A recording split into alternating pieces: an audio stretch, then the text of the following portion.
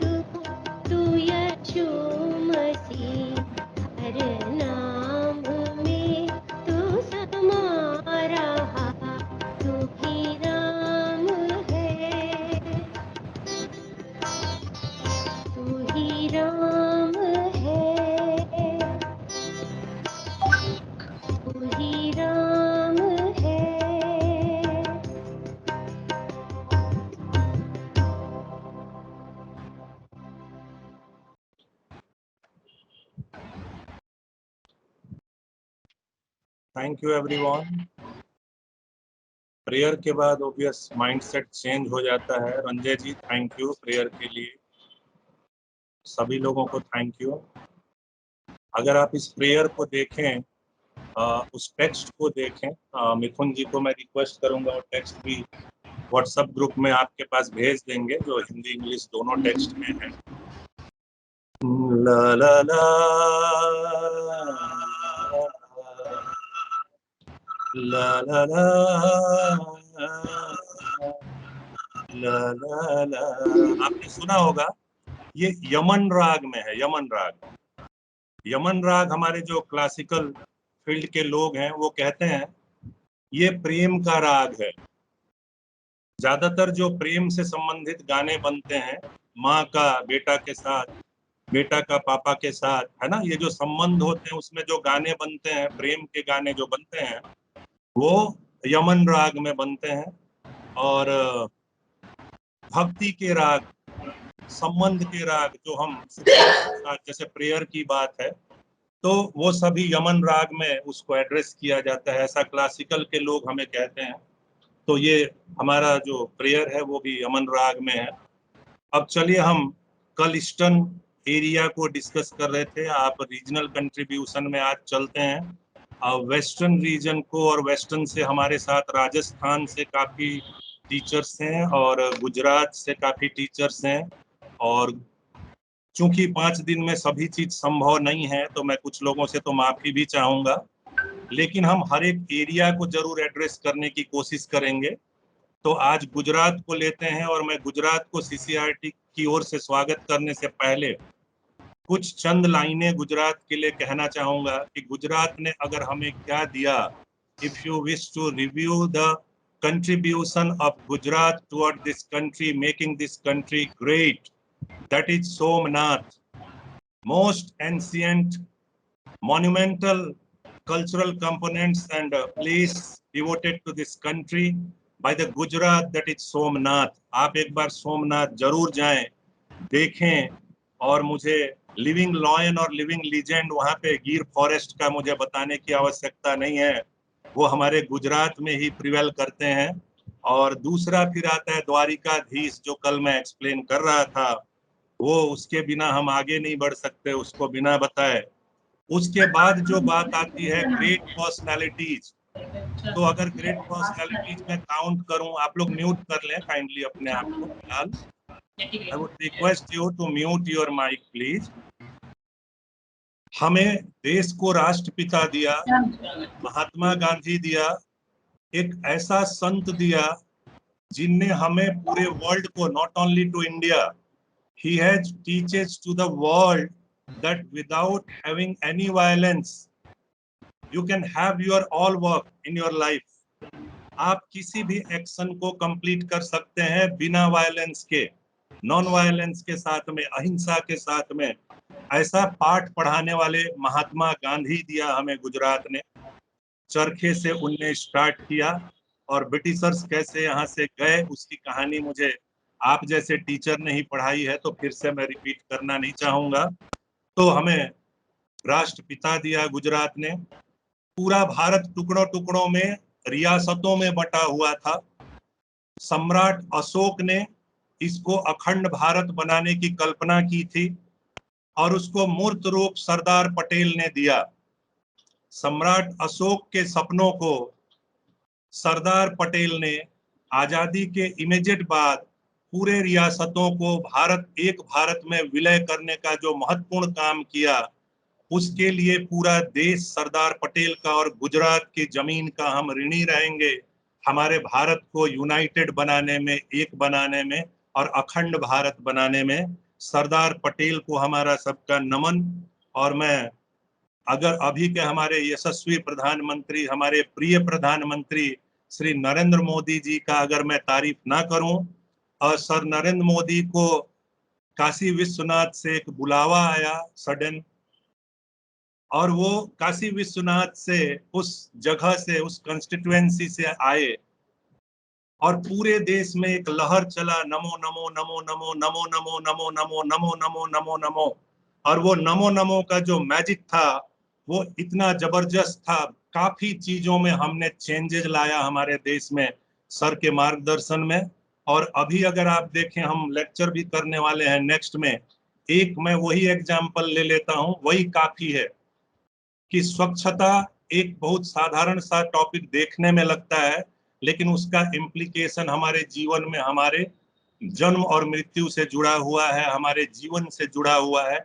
उस तरह के विजनरी और सर नरेंद्र मोदी को सभी हमारे पार्टिसिपेंट और सीसीआरटी की ओर से हमारा धन्यवाद, शुक्रिया और हमारा नमस्कार उनको, उनके कार्यों और मार्गदर्शन के लिए। उसके बाद हम आगे चले, मैं गुजरात की एक छोटी सी बात आपसे शेयर करूंगा। गुजराती लोगों का वैभव, potential amongst Gujarati societies and Gujarati people. अगर आप वेस्टर्न कंट्रीज में कहीं पे जाएं और 7 स्टार होटल में आप रहें, तो वहां के रिसेप्शन में एक बार जरूर पूछिएगा इस होटल का मालिक कौन है। क्योंकि वेस्टर्न कंट्रीज में भी, अमेरिका में भी बहुत सारे 7 स्टार होटल के मालिक हमारे पटेल भाई होते हैं गुजरात से।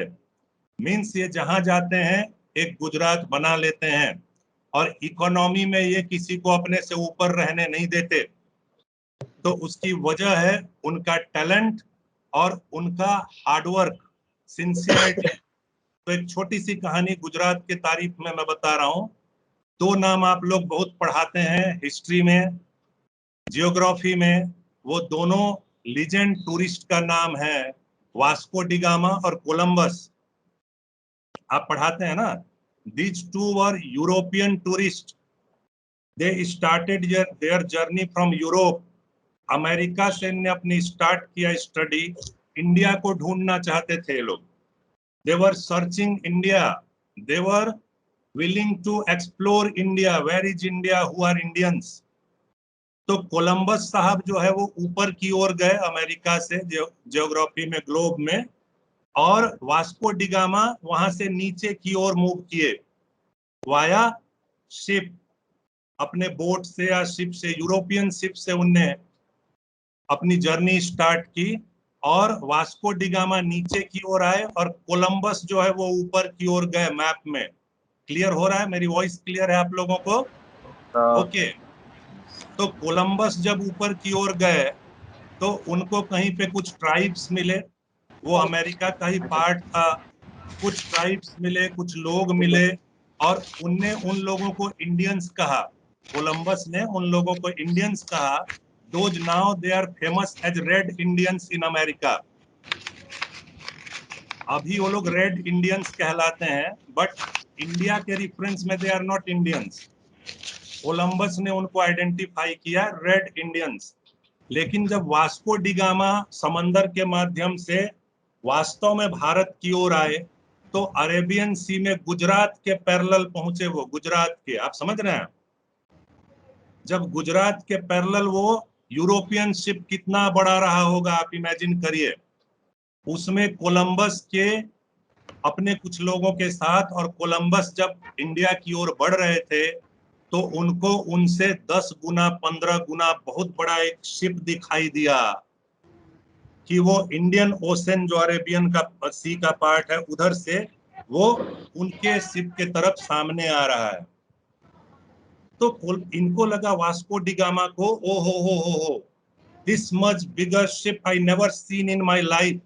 आई am from the Europe, that ego was there, that proud was there, I am coming from Europe.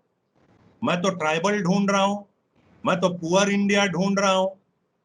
तो उनने जब देखा कि गुजरात की जमीन से निकला हुआ एक शिप उनसे 15 गुना बड़ा वास्को डिगामा को जब दिखाई दिया, और वो शिप को चलाने वाले और उसके जो ऑनर थे वो कान्हा भाई थे। हिज नेम वाज कान्हा भाई। मुझे लगता है अजय सर, अगर हम उनका टाइटल ढूंढे तो जरूर कान्हा भाई पटेल होंगे शायद। तो वो कान्हा भाई थे। That is my proud Gujarat and that is my proud India. ठीक है, अगर आप हिस्ट्री को, इंडियन हिस्ट्री को, आर्कियोलॉजी को एक्सप्लोर करें, तो इस तरह के स्टोरीज जो मैं आपको बता रहा हूं हर एक जगह रखे हुए हैं। आपके विलेज में है, आपके शहर में है। और कान्हा जी पटेल हमारे हर एक देश के कोने में बसते हैं, गुजरात में बसते हैं। ऐसा हमारा गुजरात है। और वहाँ के संस्कृति की बात करूं तो जो दुर्गा नवमी के टाइम में गरबा होता है, वो गरबा केवल आज गुजरात की बात नहीं है, विश्व में सभी कोने में, अफ्रीकन कंट्रीज से लेके अमेरिकन स्टेट्स तक, पूरे वर्ल्ड में गरबा होता है। आपके डिस्ट्रिक्ट में भी होता होगा, और आपके परिवार के लोग पेशेंस खो के इवनिंग में कहते हैं रुको रुको हम गरबा में जा रहे हैं। तो उस गुजरात को नमन, वहाँ के टैलेंटेड टीचर्स का बहुत स्वागत है। CCRT welcome you to share the culture of Gujarat with all of us. हमारे 200 टीचर्स के साथ आप प्लीज अपना संस्कृति शेयर करें। वेलकम गुजरात, नमस्कार गुजरात, स्वागत है आपका। नमस्कार। नमस्कार मैम, आप बताएं मैम, गुजरात के बारे में बताएं। हमारे गुजरात के बारे में हमने एक पोयम लिखा है, तो उसमें हमारा जो टाइटल है कि बहुत ही अड़िखम उभा गुजरात गिरनार है, बहुत ही अड़िखम उभा गिरनार है, और संत और महात्मा की जो भूमि है वो हमारा गुजरात है। जल को H2O मानने वाले तो सारी दुनिया है, लेकिन जल को देव मानकर पूजा करे वो तो सिर्फ हमारा गुजरात है। सूर्य को स्टार मानने वाला तो पूरा विश्व है, लेकिन सूर्य को देव मानकर पूजे वो तो हमारा गुजरात है, हमारा गुजरात है। हमारे गुजरात में तो बहुत सारे, सबसे बड़ा प्रख्यात है तो हमारे गुजरात के थेपले और ढोकला जो बहुत बड़ा प्रख्यात है, और हमारे गुजरात के सबसे बड़े महात्मा है वो तो हमारे गांधी जी है जो आपने बताया, और हमारे नरेंद्र मोदी जो सबसे बड़ी पर्सनालिटी वाले हैं। लेकिन आज हम बताने जाने वाले हैं कि हमारे गुजरात में सब कुछ अच्छा है, लेकिन हम इतना बताने जा रहे हैं कि हमारी जो भाषा है, लैंग्वेज है, वो हमारे गुजरात के लोग ही अपनाने में, उन पर गर्व करने में संकोच अनुभवते हैं। वो हमें दुख है, क्योंकि हमें हमारी भाषा पर गर्व होना चाहिए।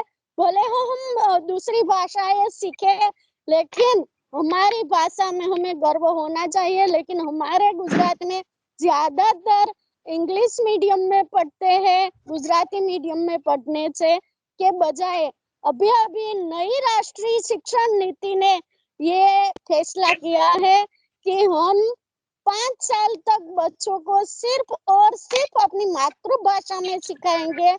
ये बात बहुत अच्छी है, लेकिन सर कई बार ऐसा होता है कि जब हम किसी इंटरव्यू में जाते हैं बड़े, तो भी सिर्फ और सिर्फ इंग्लिश में इंटरव्यू लिया जाता है या हिंदी में लिया जाता है, हमारी गुजराती भाषा को अपनाया नहीं जाता। ये हमें उनका दुख है। लेकिन हमारा गुजरात सबसे प्यारा है, सबसे बड़ा है और विविधता से भरा हुआ है। सबसे ज्यादा मंदिर हमारे गुजरात में है, उनका हमें गर्व है। Thank you so much. Thank you ma'am, आपने खूब अच्छा बताया, उसके लिए बहुत सारा धन्यवाद। और एक मैम है, जोशी मैम है, वो हैंड रेज कर रही हैं। प्लीज मैम बताइए आप। Yes, good morning sir. मेरी आवाज आ रही है आपको? जी जी, सब सुन पा रहे हैं मैम। जी जी जी। First of all thank you CCRT for this knowledgeable training. Gujarat के बारे में अगर मैं कहूँ तो सबसे पहले मैं उनके फोक डांस के बारे में बताना चाहूंगी, क्योंकि मैं खुद नृत्य विशारद हूँ और उसमें मुझे बहुत ज्यादा इंटरेस्ट है। कल मैंने भी वो PDF रखी थी for all persons knowledge. Gujarat का एक ड्रामा फॉर्म है जिसे हम भवाई बोलते हैं। भवाई में जैसे कि पहले टीवी नहीं था, तो शेरियों में, रोड पे लोगों को गैदर करके वहां पे परफॉर्मेंस किया जाता है। आज भी होता है, लेकिन ये रिलीजियस फॉर्म हो गया है सिर्फ। लेकिन हम इसे बहुत अच्छी तरह से बच्चों को सिखाने के लिए ले सकते हैं। Bhavai is a popular folk thread from Gujarat within a 700 years old history. And Bhavai means the combination of two words, Bhav meaning emotion and Vai meaning carrier. उसमें एक रंगला होता है, मीन्स ए बॉय, एंड रंगली means girl, और वो पूरी story को narrate करते हैं और बीच बीच में वो स्टोरी के कैरेक्टर्स हैं आकर प्ले करते हैं। and it is very beautiful and very enjoyable form of drama. तो बच्चों को मजा भी बहुत आता है और जो भी मैसेज हम कन्वे करना चाहते हैं वो कर भी सकते हैं. It is a very old 17-year-old form of drama. The next thing is Navratri. वो तो सब जानते ही हैं कि नवरात्रि है, लेकिन the main Gujarati form of Navratri में हम एक अर्थन कोट लेते हैं जिसमें हॉल्स बनाए हुए होते हैं, उसमें दिया रखकर 9 डेज तक घर में उसकी स्थापना होती है, माता जी की पूजा होती है और घर में वैसे बाहर जो है आजकल थोड़ा आधुनिक स्वरूप हो गया है नवरात्रि का, पर घर में जो ओल्ड फॉर्म है उसमें घर की महिलाएं पुरुष सब एकत्र होके माता जी के जो गरबे होते हैं उन्हें गाकर पूजन करते हैं शाम को. That is the original form, and this is modern form is also very enjoyable. The next thing is food. तो फूड इज वेरी इंजॉयबल. एक होली का है, होली हम बहुत सारे राज्यों में होली का महत्व अलग अलग तरीके से है. मैम जोशी, मैम जोशी, हाँ जी, सॉरी मैं आपको इंटरप्ट कर रहा हूँ. एक्चुअली जब कम समय होता है ना तो हम लोग तो सब टीचर हैं, तो हम लोग क्या करते हैं वो क्लासरूम वाले स्टाइल में फिर, और एजुकेशनल प्रोग्राम है तो obvious you are doing very nice, information खूब अच्छा दे रहे हैं. लेकिन पता है आपको, जैसे आपने कहा माता जी की पूजा करते हैं, तो वो जो पूजा करते हैं वो मंत्र को गा के बताइए ना गुजराती में. Okay sir, that is all known about. Right, संस्कृति का ओरिजिनल हिस्टोरिकल प्लेस में राम की वाव के बारे में कह सकते हैं कि गुजरात में वाव बहुत है, जो हिस्टोरिकल इम्पोर्टेंस बहुत है उनका. And okay, thank you. अरे आपने तो नहीं सुनाया जो माता को पूजा करते हैं. कोई बात नहीं, चलिए नेक्स्ट टीचर्स के पास जाते हैं. बट आप लोग वो पूजा करते हो, पूजा को बताया करिए, तब लोगों को समझ में आएगा क्या होता है ना. केवल इंफॉर्मेशन के साथ में वो टेस्ट आना चाहिए. महेश परमार सर हैं, अजय सिंह साहब हैं, मल्हार साहब हैं और धर्मीश मैम है. ये तीनों चारों में से कोई स्टार्ट करें प्लीज. मैंने नाम लिखा था. धर्मीश बेन मैम है, मल्हार सर हैं. Good morning ma'am. Good morning sir, आवाज आ रही है मेरी? जी आपकी आवाज आ रही है. हाँ, मैं धर्मिष्ठा बोल रही हूँ गुजरात से. सब लोग सुन पा रहे हैं मैम, प्लीज बताएं. हाँ ओके, पहले तो आप सबको हमारे गुजरातियों की तरफ से केम छो, मजामा छो ने?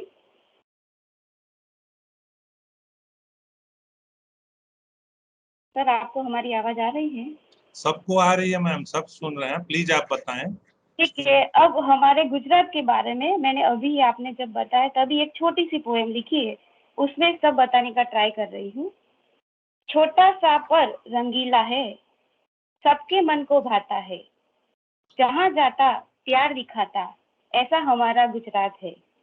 पत्थर की भी पूजा करता, सबको दिल से बुलाता है, कुछ उसके लिए अशक्य नहीं है. गिरनार हो या नर्मदा हो, सब में संस्कृति का समन्वय दिखाता है.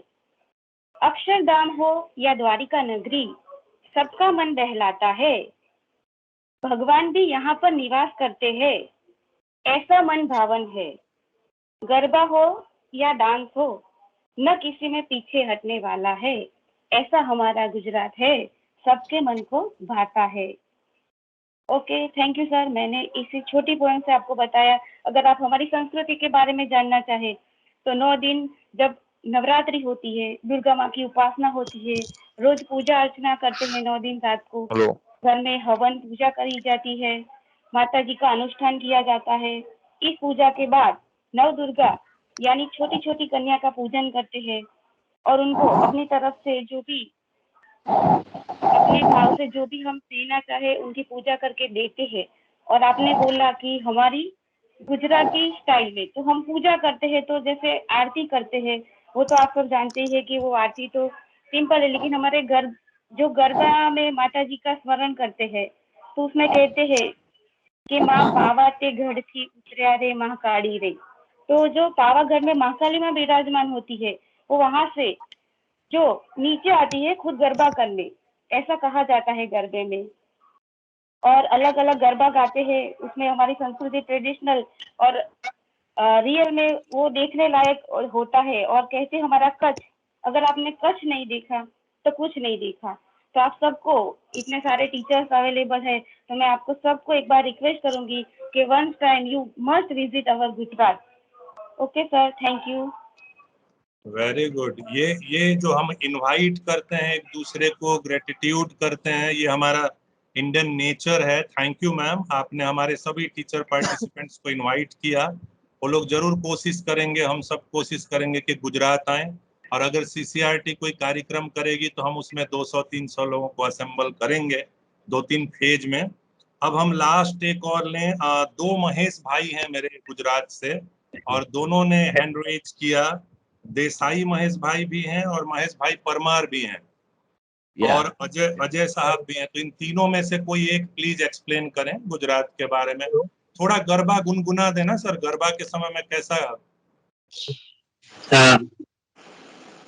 Hello. Yes sir, yes sir, हम सुन सकते हैं सर आपको। महेश देसाई बोल रहा हूँ। Please sir, most welcome sir. Sir, Gujarat के बारे में आपने गरबा तो बहुत वो किया होगा, लेकिन फिर और बहुत बातें हैं जो हम नहीं जानते, कि जैसे मेले के बारे में बताया जाए तो गुजरात में 2 मेले बहुत मशहूर है। एक कार्तिकी पूर्णिमा का मेला, जहाँ पर लोग तो आते हैं, साथ साथ जो पशु जो ऊंट बोलते हैं हम जिसे, उसकी लेवड़ देवड़ होती है, जो बेचे जाते हैं।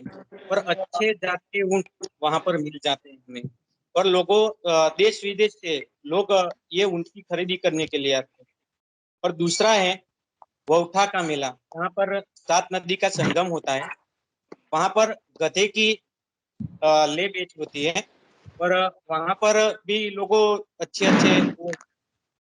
उसके अलावा हम जो अपनी माता पितृ के मरण के बाद हम जहाँ पर उनका श्राद्ध करते हैं, हमारे गुजरात में 2 जगह ऐसी हैं जहाँ पर अलग अलग जगह पर श्राद्ध किया जाता है। तो चित्तूर है, वहां पर सरस्वती नदी बहती है, वहां पर माता का श्राद्ध किया जाता है। और चाणोद नदी है वडोदरा के पास, वहां पर नर्मदा नदी है, वहां से पितृ श्राद्ध किया जाता है। दोनों जगह अलग अलग है। आगे जाए तो कवि के बारे में कहना चाहता हूँ कि जिसने पूरे भारत में कविता लिख के जो आजादी की प्रबल इच्छा जगाई, वैसे हमारे गुजरात के झवेरचंद मेघाणी को सत सत नमन करता हूँ मैं। उसके आगे कहना चाहता हूँ कि जो हम सुबह प्रातः उठ के जो भजन गाते हैं, वो नरसिंह मेहता के प्रभातिया के लिए बहुत अच्छे। हमारे गुजरात के वो नरसिंह मेहता, जो हम सुबह मन की शांति के लिए प्रभातिया वो करते हैं, वो भी नहीं भूलते हम। उसके आगे सुंदरम, और जो ज्ञानपीठ अवार्ड विजेता पन्नालाल पटेल, जिसके पर फिल्म बनी है मानवी की भवाई, उसे भी हम याद करना चाहते हैं। आगे चाहे तो रानी की वाव, जो ने वर्ल्ड हेरिटेज में अभी जिनको स्थान मिला है, वो भीमदेव पहले ने उनकी रानी के लिए बनाई थी, उसको भी हम याद कर सकते हैं। अभी 2 दिन पहले आषाढ़ी बीच को रथ यात्रा निकली, उसको भी याद कर सकते हैं। और जो नृत्य के लिए हम लोगों डांगी नृत्य हमारा जो सबसे प्रसिद्ध है, उसको याद कर सकते हैं। और अलग अलग जो जाति है हमारी, वो अलग अलग जो अपने प्रसंग पर जो गाना गाती है, उसको भी हम याद कर सकते हैं। Thank you sir. महेश भाई का बहुत सारा धन्यवाद, और चारों जो पार्टिसिपेंट्स ने शेयर किया गुजरात के बारे में। और मेरे काफी जो टीचर फ्रेंड्स हैं वो रिक्वेस्ट कर रहे हैं। फ्रेंड्स, मैं आपसे हाथ जोड़ के करबद्ध निवेदन कर रहा हूँ, माफी चाहता हूँ। समय का लिमिटेशन है, टाइम लिमिटेशन है, तो अभी तो मैं अलाउ नहीं करूंगा। लेकिन हाँ, आपको मैं जरूर इनवाइट करूंगा। आप लोग कोरोना रिलेटेड SOP को फॉलो करें, वैक्सीन लगवाएं एज पर गवर्नमेंट रूल्स, और जल्दी से जल्दी कोरोना को हमारे यहाँ से भगाएं। जैसे ये कोविड-19 को हम लोग भगाएंगे, गवर्नमेंट हमें जैसे अलाउ SOP करेगी कि भाई हम ट्रेनिंग ऑन कैंपस करेंगे, तो फिर एक क्या 10 क्या सर, हमारे स्टेज में 30 टीचर्स एक साथ प्रेजेंटेशन देते हैं, उन सभी में आपका हम लोग स्वागत भी करना चाहते हैं। हाथ बंधे हुए हैं, नियम में बंधे हुए हैं और सबके लिए वो जरूरी है। तो मुझे परमिशन दीजिए कि हम आगे बढ़ें, ठीक है सर? आप गरबा सुनना चाहते थे ना, गरबा सुनना सर? चाहते एक्चुअली थे। मेरे और आपके विश का तो ये तो मेरे आपके बीच की बात हो गई। मैं तो आपका गरबा सुनने के लिए गुजरात भी आऊंगा सर। धन्यवाद। और आपको हम नहीं, आप प्रोग्राम में जरूर सुनेंगे। गरबा सुनेगा नहीं, आपको गरबा भी कराएंगे साथ में। जरूर जरूर सर, जब समय मिलेगा हम गरबा इसमें भी सुनेंगे प्रोग्राम में। Tomorrow one state from southern part of my country and a northern state get ready.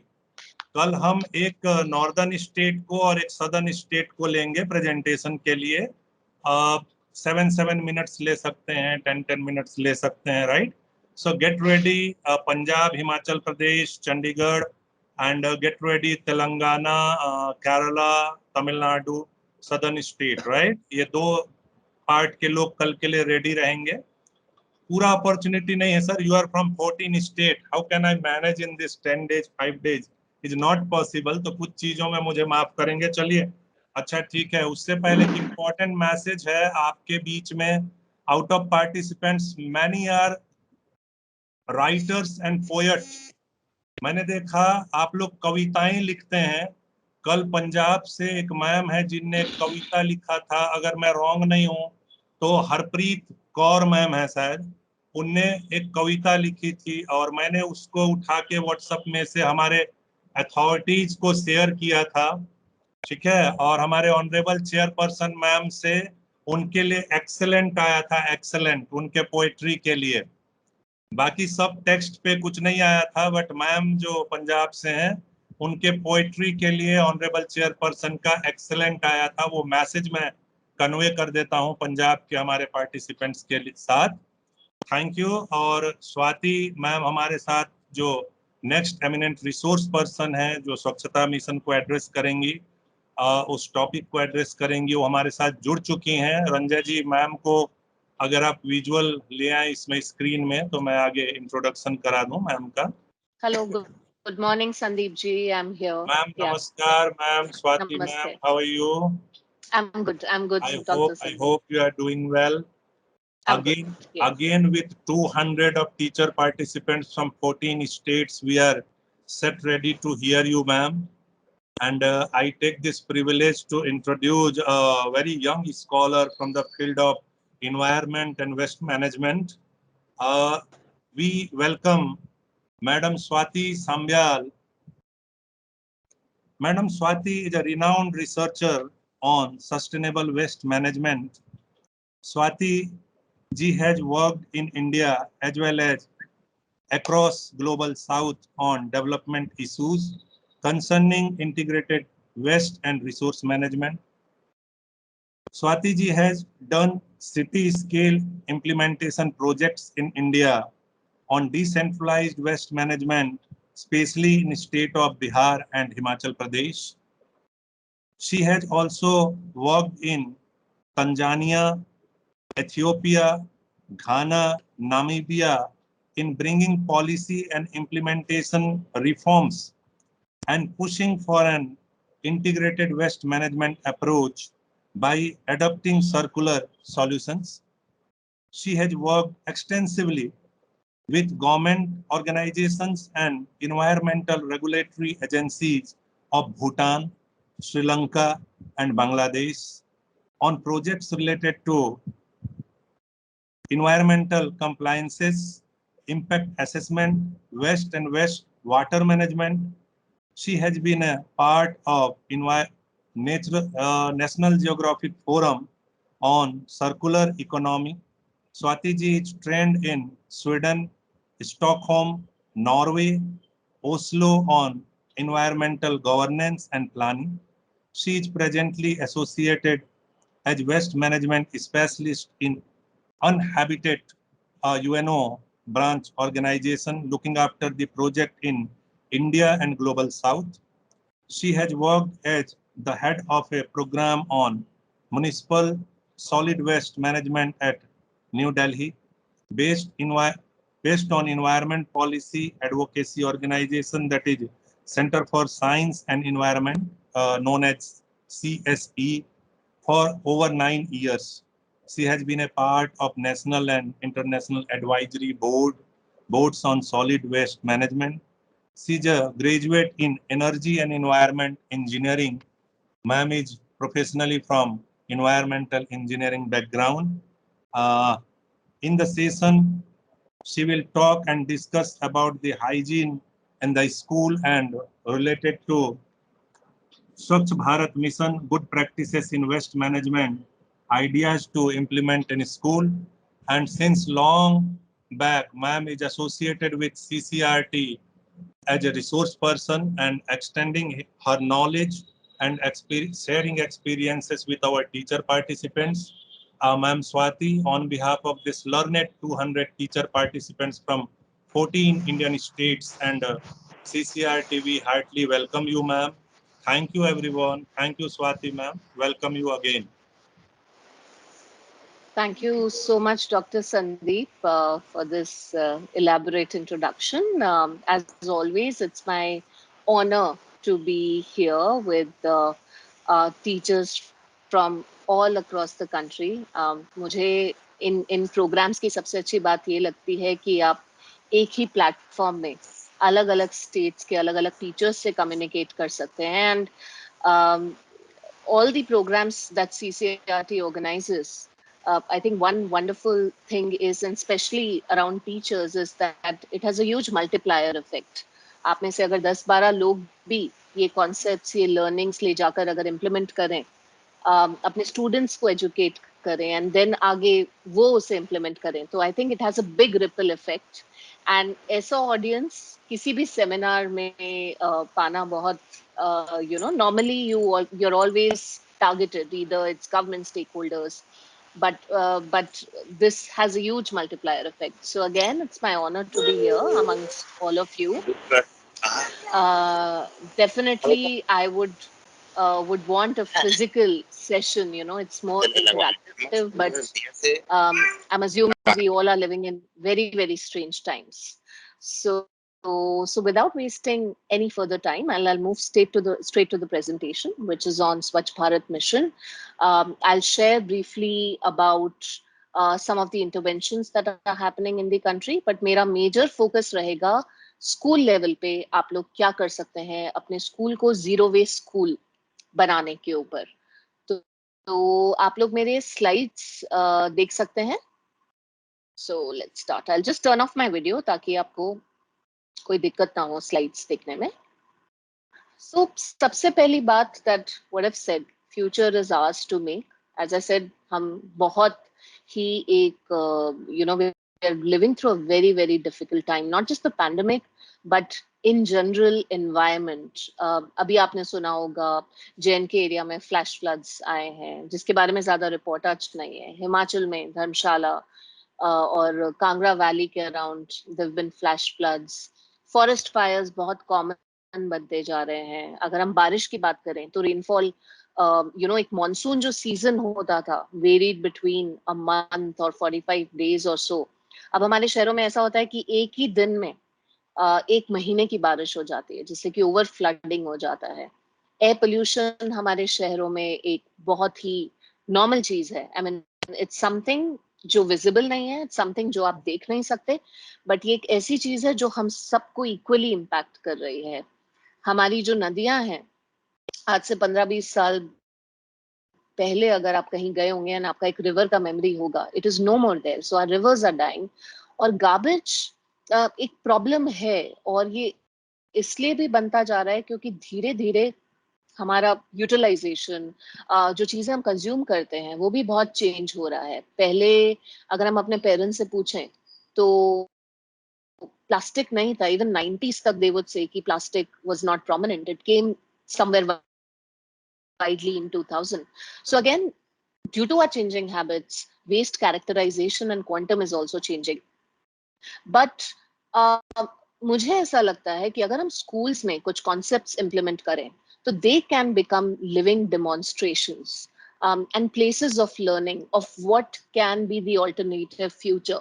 So ideally, school एक ऐसा it's an institution जहाँ पे इन सब मुद्दों से कैसे डील करना है, क्या क्या हम डेमोन्स्ट्रेट कर सकते हैं to protect the environment, to protect nature, to protect biodiversity, to have less waste generation.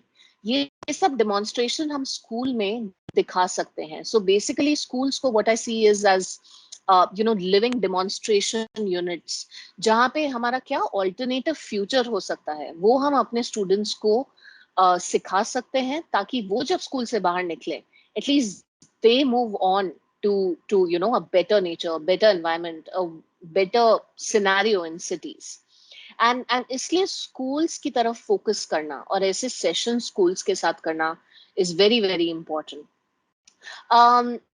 अगर हम इन जनरल, क्योंकि मैं चर्चा गार्बेज के ऊपर करूंगी, सो कुछ फिगर्स मैं आपको बताना चाहूंगी. बहुत रिसेंटली ये मेरा एक साइट विजिट का पिक्चर है, जहां ऑलमोस्ट मार्च से अप्रैल के महीने में I was there for a period of 1 month doing detail based assessment. And you can see कि ये तो एक शहर का नजारा है, दिस इज मैंगलुरु, बट ऐसी बहुत सारे शहर हैं जहाँ पे आपको ऐसा साइट देखने को मिलेगा. बेसिकली ये डंप साइट है जहाँ पे शहर का सारा वेस्ट जाता है.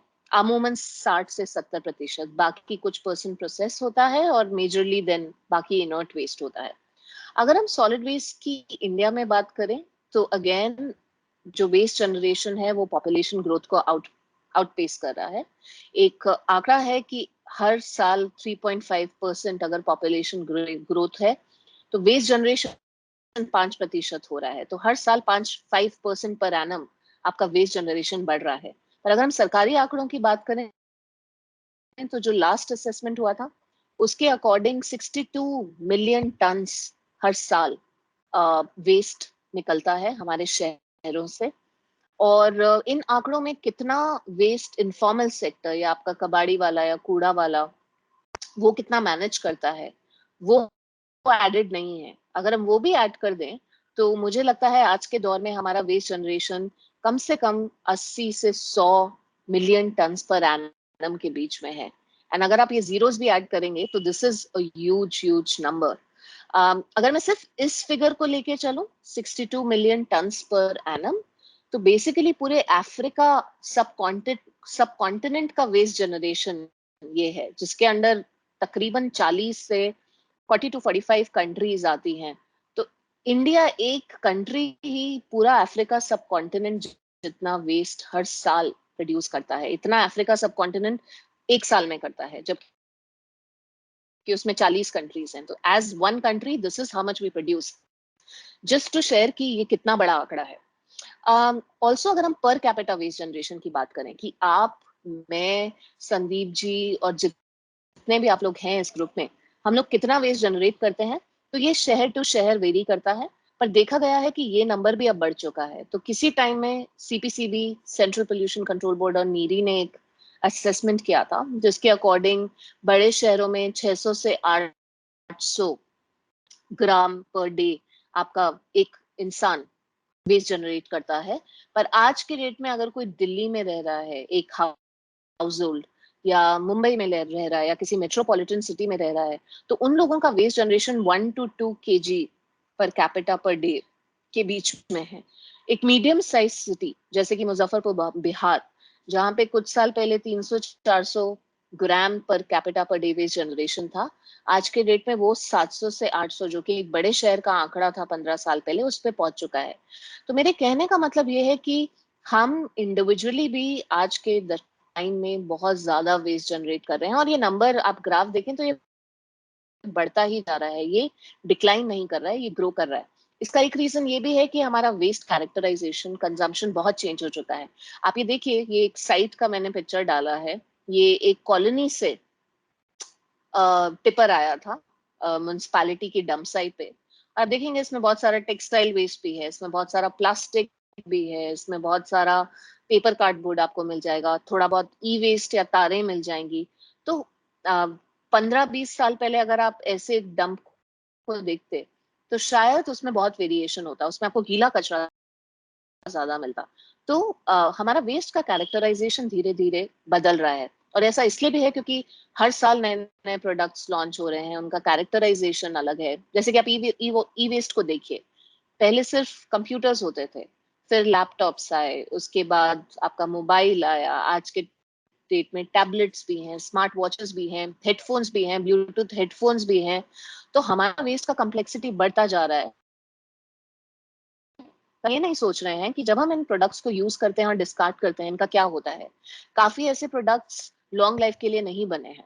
मे बी अगर आपने एक रेफ्रिजरेटर केल्विनेटर का 25 साल पहले लिया था, उसका लाइफ स्पैन जरूर 25 साल था, आप उसको घसीट घसीट के 25-30 साल तक लोग चलाते थे। पर आज के डेट में, आज को ही आप फ्रिज लेने जाएंगे फॉर इंस्टेंस, एंड नॉर्मली हम ये क्वेश्चन नहीं पूछते हैं कि कितने साल चलेगा, because I think it's no more a concern.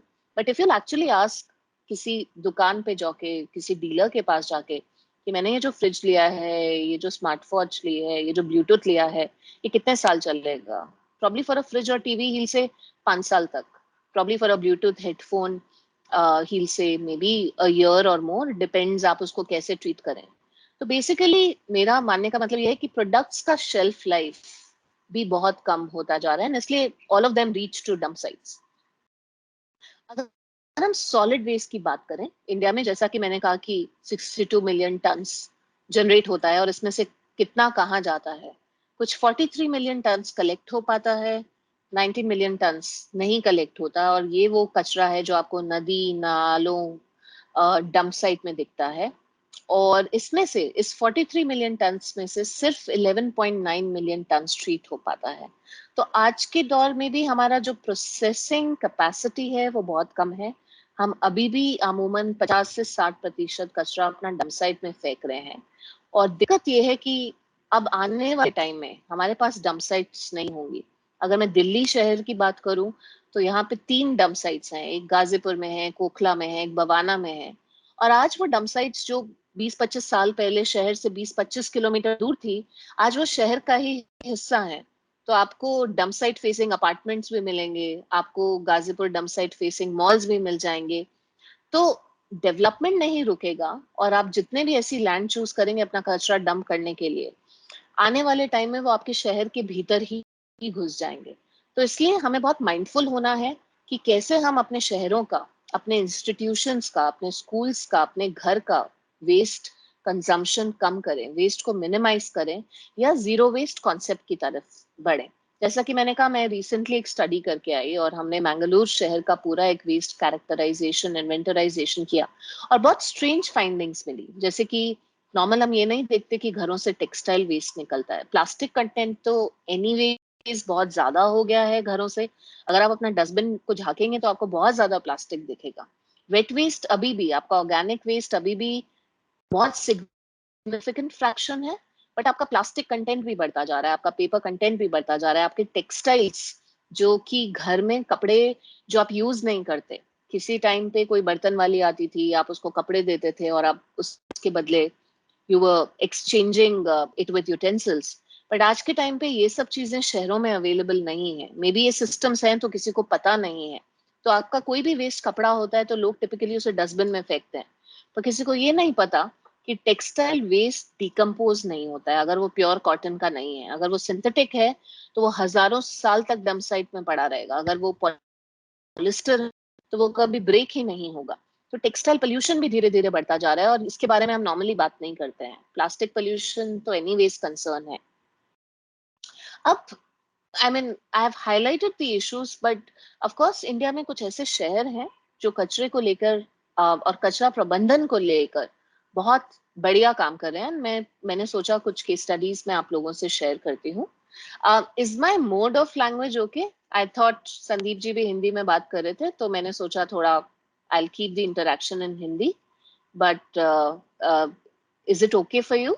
Is it okay for you that I'm speaking in Yes, Hindi? yes, ma'am. Okay, perfect. Yes, ma'am. You are audible. Yes, ma'am. So, okay. So, अगर हम अलग-अलग models की बात करें तो सबसे पहला model of course Kerala में बहुत इस पे काम हुआ है, which is decentralized waste management. कि आप इंस्टीट्यूशन लेवल पे, वार्ड लेवल पे, कैसे हाउस होल्ड लेवल पे या कम्युनिटी लेवल पे आप अपने कचरे को ट्रीट कर सकते हैं। तो केरला में एक बहुत अच्छी चीज जो है, और मैं एक शहर में गई थी, Alappuzha, which has beautiful backwaters and it's very clean. And वहां पे मैंने देखा कि हर घर में कम्युनिटी लेवल पे, इंस्टीट्यूशन लेवल पे, स्कूल लेवल पे आपके अलग अलग कंपोस्टिंग यूनिट्स या बायोडाइजेस्टर यूनिट्स इंस्टॉल्ड हैं, जहां पे आप अपना पूरा गीला कचरा खुद ट्रीट कर सकते हैं। तो 70 से 80% हाउस होल्ड्स केरला में अपना गीला कचरा एट सोर्स ट्रीट करते हैं। वहां पे अलग अलग यूनिट्स अटैच्ड हैं, और जो जितने भी इंस्टीट्यूशंस है वहां पे या तो बायोगैस प्लांट लगा हुआ है या एक कंपोस्टिंग यूनिट लगा हुआ है, और अपना गीला कचरा खुद मैनेज करते हैं। इवन कमर्शियल लेवल पे जितनी भी दुकानें हैं वो अपना गीला सूखा कचरा अलग अलग लगते हैं। सो ये एक बहुत यूनिक मॉडल है, क्योंकि नॉर्मली हम एक्सपेक्ट करते हैं कि इवन एट इंस्टीट्यूशन लेवल कि अगर एक स्कूल कचरा जनरेट कर रहा है तो मे बी कोई ऑथराइज्ड वेंडर आएगा या म्युनिसिपैलिटी का वैन आएगा एंड वहां पे you will give your waste. But in Kerala and a lot of institutions I saw that जितना भी गीला कचरा है आपका बायोडिग्रेडेबल या ऑर्गेनिक वेस्ट है, that gets treated at source. It's only a dry waste that gets sent out. It's only a sanitary waste or hazardous waste that would be generated that gets sent out. तो ये कुछ अलग अलग models हैं जो घर के level पे, एक वार्ड लेवल पे, एक इंस्टीट्यूशन के लेवल पे इंस्टॉल्ड है। इनकी कुछ पिक्चर्स हैं। ये सिंपल सा पॉट कंपोस्ट है, या आप स्कूल में एज अ DIY भी कर सकते हैं। गमला है, आप एक नॉर्मल मटके को अगर पोर्स करें बिल्कुल बॉटम पे और पेरिफेरी पे अराउंड 5-6 और थोड़ा बहुत उसके यहाँ पे, तो आप इसे एज अ कंपोस्टर यूज कर सकते हैं। तो ये एक कंपोस्टर का सेट है। This is nothing but your PVC pipe modified into a composter, और ये एक सीमेंट के बेस पे इंस्टॉल्ड है, जिसमें आप अपना गीले कचरे को ट्रीट कर सकते हैं। ये एक ऑर्गेनिक वेस्ट कन्वर्टर है, जो कि basically it's electrical machine that converts your waste to convert, but इसका रिकॉर्ड अच्छा नहीं है। आई मीन नॉर्मली कोई भी अगर ऑर्गेनिक वेस्ट कन्वर्टर यूज करता है तो the feedback that I have got is कि आपका ऑर्गेनिक कंटेंट बिल्कुल चार हो जाता है। तो basically what you get is not compost. So I will not sort of propagate for this one, but baki are very jugadu and simple models that could be done as DIY activities in schools. Then again, there are various biogas units that I saw. This is like a very common Syntex tank modification जो आपको केरला में बहुत घरों में और institutions में मिल जाएगा। And इस बायोगैस यूनिट से आप जो गैस निकलता है, आप एक ब्रेकफास्ट जितना गैस निकल जाता है, which could be utilized। और ये कुछ community biogas units हैं that I saw in a few centers। So ये एक स्कूल था आलपुरा में, जहाँ पे कैंटीन के पास में biogas digester units fixed were installed। So something like this, अगर आपके स्कूल के पास स्पेस है, अगर आपके स्कूल के पास एक डेडिकेटेड कैंटीन है जहाँ पे आपको पता है कि ऑर्गेनिक वेस्ट, कुक्ड फूड या इवन अदरवाइज पील्स वगैरह निकलेंगे, so you can think of probably installing a biogas plant. Otherwise, you can also think of having a composter in your school. Then Panji, Goa. हम लोग गोवा को बहुत एक अलग तरीके से जानते हैं. It has beautiful beaches and it's a tourism union territory and state. But Goa में वेस्ट मैनेजमेंट के ऊपर बहुत अच्छा काम हो रहा है. I mean, I think it's somewhere at the top in the country, and इसके बारे में बहुत ज्यादा लोगों को नहीं पता है. Of course, the model there has been awarded. So यहाँ पे अमूमन अगर सरकार का कैंपेन की बात करें और जनरल जो हमारे शहरों में वेस्ट मैनेजमेंट और इंस्टीट्यूशंस में वेस्ट मैनेजमेंट से रिलेटेड जो कैंपेन है उसकी बात करें, so it's on 3 way segregation, गीला, सूखा और आपका hazardous, domestic hazardous waste. But Goa में पिछले 10 सालों से 5 पॉइंट सेग्रीगेशन होता है. मतलब आपका गीला कचरा वो तो अलग है, ग्रीन बिन, उसके अलावा प्लास्टिक अलग, पेपर अलग, मेटल ग्लास अलग और नॉन रिसाइक्लेबल्स अलग. ये हर घर, हर इंस्टीट्यूशन, हर कमर्शियल एरिया, हर होटल में फॉलो होता है. तो मे बी नेक्स्ट टाइम अगर आप गोवा जाएं और आपको रंगीन बैग्स दिखें जिसमें मे बी आपके होटल वाले वेस्ट सॉर्ट कर रहे हैं या किसी इंस्टीट्यूशन लेवल पे आप ऑब्जर्व करें, तो do ask them that it is because they follow a 5 point segregation past many years, which is very unique. And घरों से और इंस्टीट्यूशन से ये कचरा निकलकर बेसिकली जो गीला कचरा है it goes to material recycling recovery facility, जहाँ पे वो फर्दर 30 to 50 डिफरेंट फ्रैक्शंस में सॉर्ट होता है और अलग अलग वेंडर्स को जाता है रिसाइकलिंग के लिए। जो कि गीला कचरा है वो आपका इंस्टीट्यूशन लेवल पे, वार्ड लेवल पे, कॉलोनी लेवल पे ही ट्रीट हो जाता है। तो वहां पे बहुत सारे कंपोस्टिंग बेड्स लगे हुए हैं और वो सब पार्क लेवल पे, हाउस होल्ड लेवल पे यूटिलाइज हो जाता है या इंस्टीट्यूशन लेवल पे यूटिलाइज हो जाता है। और पिछले ही साल गोवा ने, पणजी ने, शहर ने इस 5 पॉइंट सेग्रीगेशन को फर्दर एनहांस किया। एंड जैसा कि आप देख सकते हैं घरों में ये पर्चे बांटे गए और उनको बोला गया कि आप अपने कपड़े आप 5 वे से तो सेग्रीगेट कर ही रहे थे, but now we move further and you segregate your waste into 16 different fractions. So I think ये कहीं भी इंडिया में ऐसा कोई शहर नहीं है जहाँ पे ऐसा हो रहा है। तो आप देख सकते हैं पेपर अलग, कार्डबोर्ड अलग, एंड ये नहीं है कि आपको 16 डस्टबिन घर में रखने हैं, आप थैले में भी स्टॉक कर सकते हैं। शार्प्स अलग, कोकोनट शेल्स अलग, और कुछ आइटम्स डेजिग्नेटेड डेज पे कॉर्पोरेशन कलेक्ट करता है, जैसे कि आपका पेपर कार्डबोर्ड या ई वेस्ट महीने महीने में ही कलेक्ट होगा, बट आपका प्लास्टिक वेस्ट और मल्टी लेड पैकेजिंग में भी हफ्ते में एक बार कलेक्ट किया जाता है। आपका गीला कचरा ऑफ कोर्स रोज कलेक्ट होता है और फिर वो एक कंपोस्टिंग यूनिट में जाता है, या इंस्टीट्यूशन लेवल पे there are composting units installed. So we are talking about a city जहाँ पे 5 point segregation नहीं, 16 point segregation हो रहा है, which is very unique.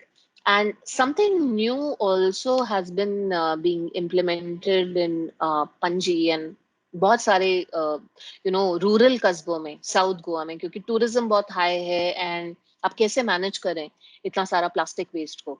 And this is quite innovative, which is you shop with your waste campaign. मतलब घर के level पे, इंस्टीट्यूशन लेवल पे आप लोग अपने वेस्ट को अलग अलग रखिए, कार्डबोर्ड को अलग रखिए, पेट बॉटल को अलग रखिए, मिल्क पाउचेस को अलग रखिए, एमएलपी को अलग रखिए, और आप एक कुछ डेजिग्नेटेड दुकानें हैं, ग्रोसरी स्टोर्स हैं, जहां पे आप उस वेस्ट को करेंसी लेकर एक्सचेंज कर सकते हैं। पेट बॉटल्स हैं, मे बी आपने महीने का एक बोरा इकट्ठा कर लिया, आप एक ग्रोसरी शॉप में जा सकते हैं, आप उसको वो बोरा दीजिए, in exchange you can use your pet bottle sack like money, you can use your paper cardboard like money and exchange it for grocery items.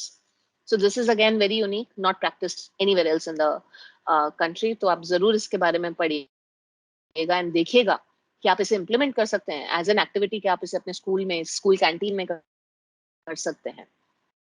Then दूसरा शहर मैसूरू। ऑफ कोर्स मैसूरू बहुत सालों से वेस्ट के ऊपर अच्छा काम कर रहा है, इंस्टीट्यूशन लेवल पे, सिटी लेवल पे।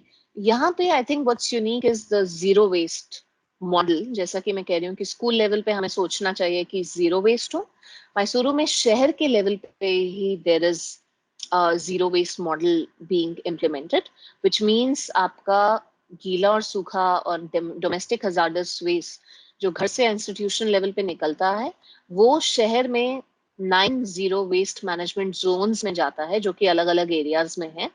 और यहाँ पे ये वेस्ट फर्दर सॉर्ट होता है कुछ 30 से 35 डिफरेंट कैटेगरीज में, और फिर हर कंपोनेंट एक रिसाइकलर या वेंडर से जुड़ा हुआ है जो कि फर्दर रिसाइकलिंग पे जाता है। तो again this is very very innovative and probably again only एक ऐसा शहर है जहाँ पे zero waste management city level पे हो रहा है। दूसरा शहर अंबिकापुर, मे बी आपने सुना होगा, अंबिकापुर छत्तीसगढ़ में बहुत अच्छा काम कर रहा है। अगेन यहाँ पे द मॉडल इज सिंपल, यहाँ पे 447 women workers हैं। So normally whosoever comes to collect waste is a male member usually, but यहाँ पे पूरा waste collection, waste management, waste processing is managed by women self-help group members। और यहाँ पे 447 self-help group women हैं जिनको एक SHG ग्रुप में गठित किया गया है, और इनका रोज का काम होता है कि घरों से, कमर्शियल एरियाज, इंस्टीट्यूशन से ये लोग सेग्रीगेटेड कचरा उठाती हैं वैन्स आकर, जो कि इलेक्ट्रिक रन रिक्शाज हैं, और घर, इंस्टीट्यूशंस में अंबिकापुर 2019 में गई थी and I was again very fascinated by this model, because यहाँ पे segregation level is 100%। no one gives unsegregated waste. और फिर जब ये कचरा कलेक्ट होता है, it goes to about 17 different centers which are called primary garbage clinics, जहाँ पे ये further sort होता है कुछ 15 से 20 फ्रैक्शंस में, और उसके बाद वो एक टर्शरी सेंटर में जाता है जहाँ पे ये फर्दर सेग्रीगेट होता है 150 डिफरेंट फ्रैक्शन से. सो जो कचरा है उसी से इन महिलाओं का सैलरी दिया जाता है, वही इन महिलाओं का सोर्स ऑफ इनकम है. ये लोग खुद ये जो 17 सेंटर्स हैं रन करते हैं on a model which is profitable, economically viable and financially sustainable. और सिटीजन्स का, वार्ड काउंसलर्स का, डिस्ट्रिक्ट एडमिनिस्ट्रेशन का, स्कूल्स कॉलेजेस का, मार्केट एसोसिएशन का बहुत मेजर रोल है इस मॉडल को इम्प्लीमेंट करने में. और एकजुट होके सब लोगों ने साथ में ये मॉडल को कंस्ट्रक्ट किया है, और ये अभी तक वैसा का वैसा है. And I think it has won several awards in the country, also been recognised internationally as well.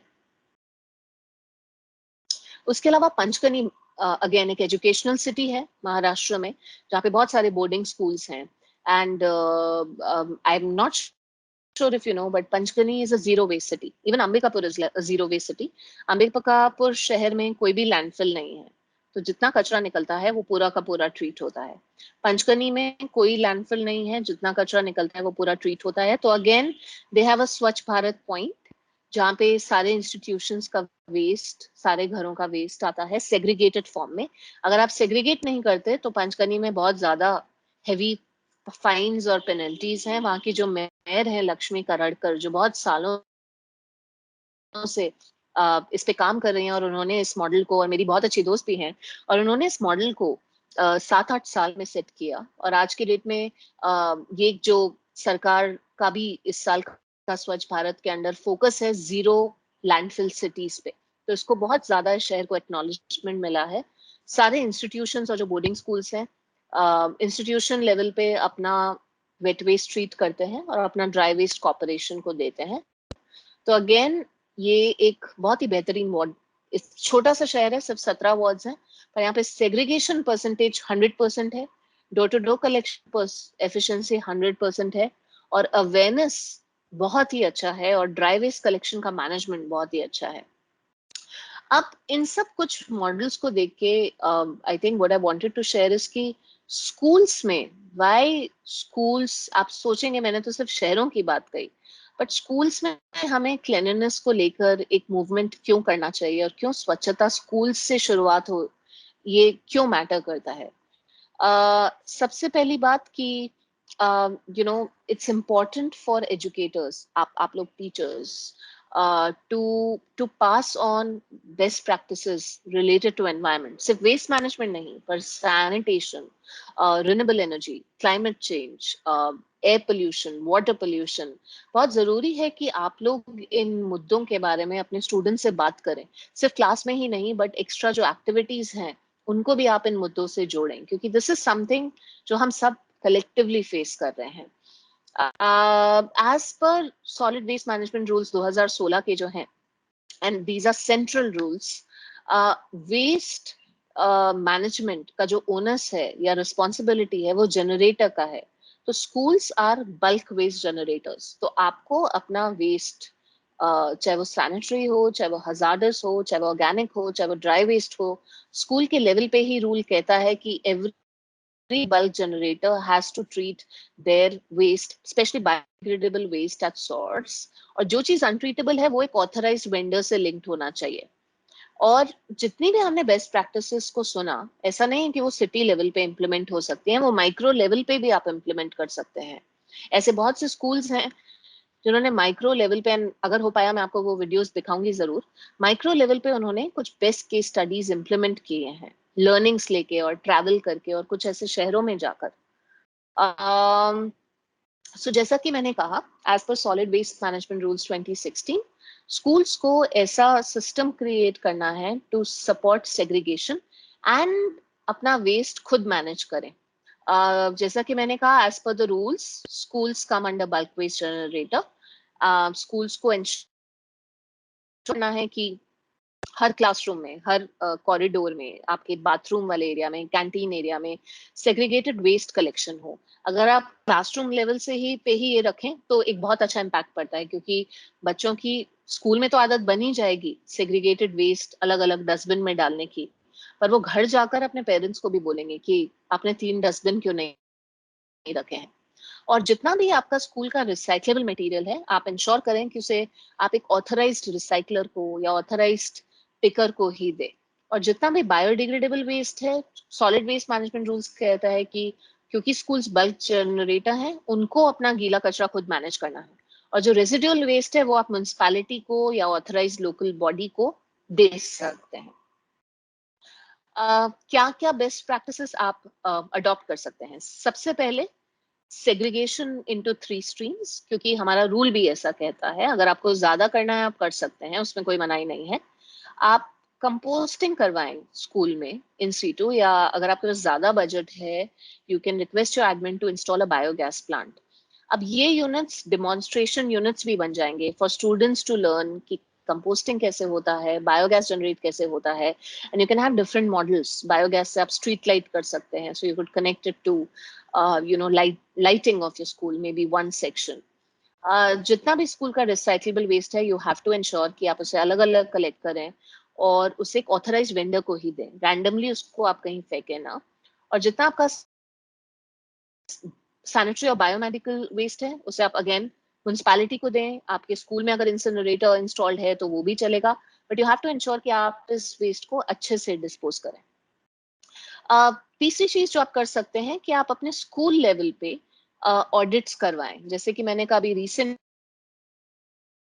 Level पे हमने ऑडिट किया था, बट ऐसा एक ऑडिट कि कितना वेस्ट जनरेट हो रहा है, कितना वेस्ट का क्वांटिटी है, उसका क्या कैरेक्टराइजेशन है, गीला फ्रैक्शन कितना है, सूखा कितना है, सूखे में भी पेपर कितना है, कार्डबोर्ड कितना है, टेक्सटाइल कितना है, ऐसा कुछ निकल भी रहा है या नहीं आपके स्कूल में, सैनिटरी वेस्ट कितना है, हजार्डस वेस्ट कितना है। तो कुछ 10-12 लेवल्स पे जो कि आपके स्कूल का वेस्ट जनरेट होता है, आप एक बोर्ड बनाएं और फिर बच्चों से आप स्कूल लेवल पे इस वेस्ट ऑडिट करवाएं। और इस वेस्ट ऑडिट को करने के लिए एज एन एक्टिविटी 1 वीक का स्कूल का डेटा आप ले सकते हैं, सैंपल कर सकते हैं। उसे आप फेंकिए मत उन 7 दिनों के लिए, उनको पूरा आप सैंपल करिए, उसका पूरा एस्टिमेशन करिए। जैसा कि आप देखेंगे ये कॉलेज स्टूडेंट्स से हमने ये एक्टिविटी कराई थी मंगलुरु सिटी में।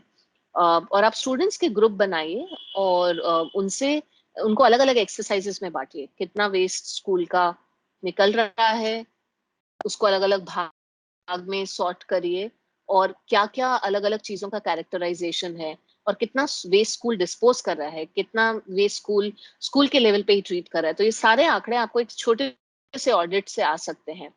सो बेसिकली इस एक्टिविटी से आप अपने स्कूल का एक बेहतर वेस्ट मैनेजमेंट एक्शन प्लान बना सकते हैं। ऑल्सो स्टूडेंट्स के लिए एक बहुत अच्छा मैथ्स का और हैंड्स ऑन वेस्ट कैरेक्टराइजेशन का ट्रेनिंग होगा to understand more about waste management, also to realize कि क्या कंपोनेंट ट्रीट हो पाते हैं, प्रोसेस हो पाते हैं, और क्या कंपोनेंट प्रोसेस नहीं हो पाते। और आप इन फाइंडिंग्स के बेस पे एक रिपोर्ट बनाइए और उसे पूरे साल भर इम्प्लीमेंट करिए कि कैसे आपके स्कूल का वेस्ट मैनेजमेंट बेटर हो सकता है। और उसके बाद कुछ वेस्ट मिनिमाइजेशन इनिशिएटिव्स जो स्कूल लेवल में आपको करने चाहिए। जैसा कि मैंने कहा, अगर आपको स्कूल को 0 वेस्ट स्कूल बनाना है तो कहीं ना कहीं आपको वेस्ट को मिनिमम करना पड़ेगा, ताकि जनरेशन कम हो, क्वांटिटी कम हो, और जो हार्मफुल कंपोनेंट्स हैं वो कम निकले आपके स्कूल से। तो सबसे पहला चीज जो आप कर सकते हैं, अभी आपको पता है सरकार का सिंगल यूज प्लास्टिक्स के ऊपर कैंपेन चल रहा है बहुत बड़ा, जहां पे बोला गया है कि 2022 तक सिंगल यूज प्लास्टिक बैन करने हैं। तो स्कूल्स में सबसे पहले आप सिंगल यूज प्लास्टिक्स हटा दीजिए। बच्चों को बोलिए थैली में कुछ ना लाएं, पैकेजिंग में कुछ ना लाएं। आप अपने स्कूल कैंटीन में कुछ भी पैकेजिंग वाला सामान ना बेचें, या इंश्योर करिए कि जो भी है फ्रेशली कुक्ड मील है। आप फूड वेस्टेज रिड्यूस करने का स्कूल लेवल पे कैंपेन कर सकते हैं। आप अपने फूड वेस्ट को कंपोस्ट कर सकते हैं। हॉर्टिकल्चरल वेस्ट जो अमूमन कलेक्ट होता है और आप उसे म्युनिसिपल ट्रक में डाल देते हैं, उसे आप ट्रीट कर सकते हैं। स्कूल में आप रिसाइकलिंग प्रोग्राम से लिंक करिए। ऐसे बहुत सारे इनिशिएटिव्स हैं कुछ प्राइवेट कंपनीज के, जैसे कि there's one well-being out of waste initiative which is done by ITC, जहाँ पे वो स्कूल से कनेक्टेड है और वो सारा स्कूल का पेपर, कार्डबोर्ड और प्लास्टिक वेस्ट लेते हैं। चिंतन के कुछ इनिशिएटिव्स हैं, साहस एनजीओ के कुछ इनिशिएटिव्स हैं। तो आप कुछ प्राइवेट या एनजीओ बेस्ड इनिशिएटिव्स से अपने स्कूल को लिंक कर सकते हैं और कुछ रिसाइकलिंग प्रोग्राम्स चला सकते हैं। This will only educate not only the teachers but also students, and over a period of time you could work towards making your school a zero waste school. आज के टाइम पे ऐसे बहुत सारे platforms हैं जहाँ पे जीरो वेस्ट स्कूल्स को रिकग्निशन मिलता है, एंड जीरो वेस्ट स्कूल्स ही मुझे लगता है कहीं ना कहीं जीरो वेस्ट वार्ड्स या जीरो वेस्ट सिटीज बना सकते हैं। तो ये बहुत ही एक जरूरी एस्पेक्ट है। इससे पहले कि हम एक क्लास एक्सरसाइज पे जाएं, what I'll do is I want to show you कुछ वीडियो स्कूल्स के जहाँ पे बहुत अच्छा वेस्ट से रिलेटेड काम हो रहा है। क्या आप मेरा YouTube देख सकते हैं? Natural resources. I repeat my new word, concept. Friends, repeat the new word, concept. Is it okay now? Character from trees, values from roots, and change from leaves.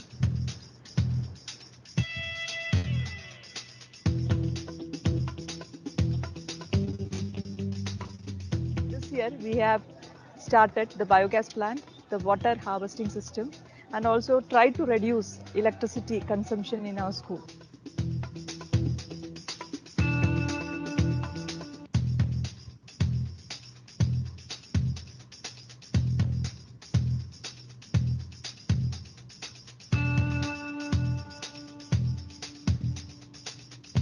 That is the vermi culture. So we get vermi wash from it and also the manure. So we are organically producing our own fruits, and which we are the children and the teachers may buy it, and that money is also being put in the school for other activities, green activities, practices like that. The gas which is produced is used for cooking, small tea and all those things. We send all the plastic materials for recycling, and we are not burning anything in a school campus. So the burning is completely stopped now, and we have started collecting these leaves and we are converting them into vermicompost, and that is helping us a lot in developing our garden.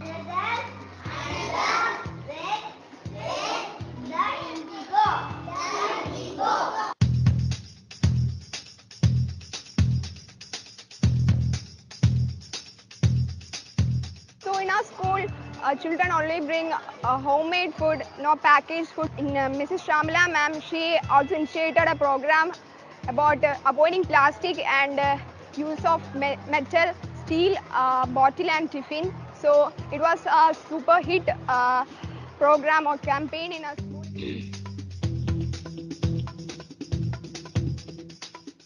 Rainwater from different parts of the school are collected there and passes through this channel and moves to the Karamana river, which is situated about 2 kilometers from here.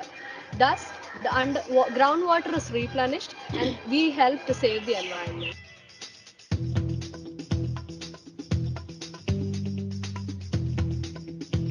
There is the rooftop harvesting system at the administrative block. The area of the rooftop is about 310 meters square, and the amount of water is calculated by multiplying 310 meters square into the amount of water gained in millimeters. So the water collected is in a PVC tank of capacity 5,000 liters. The water which is collected is used in various purposes like gardening, and there is an Nakshatra one in school, and for watering those plants.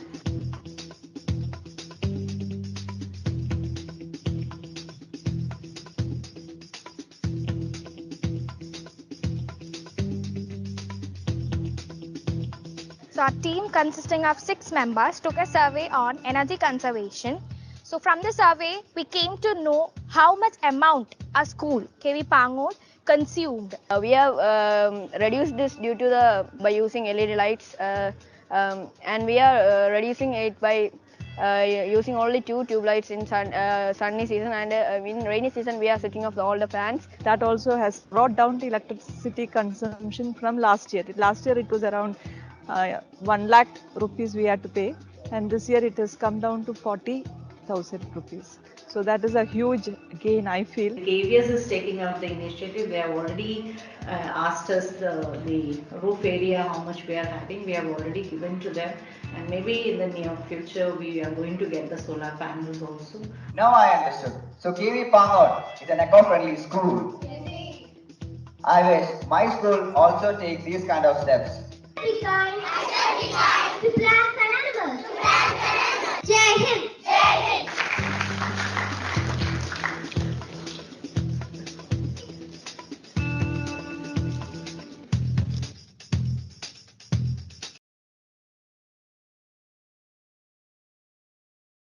So were you able to see the video of the school?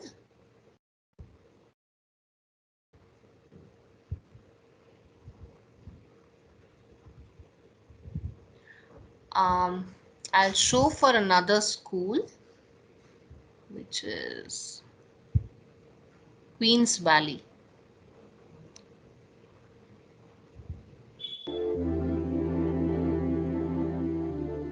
जो solar panels होते हैं वो हमारे लिए वो renewable energy होते हैं, तो वो हमारी जो एनवायरनमेंट पे बर्डन होता है वो बहुत कम कर देते हैं, क्योंकि अभी इंडिया जो है वो अभी थर्मल एनर्जी पे बहुत डिपेंड करता है।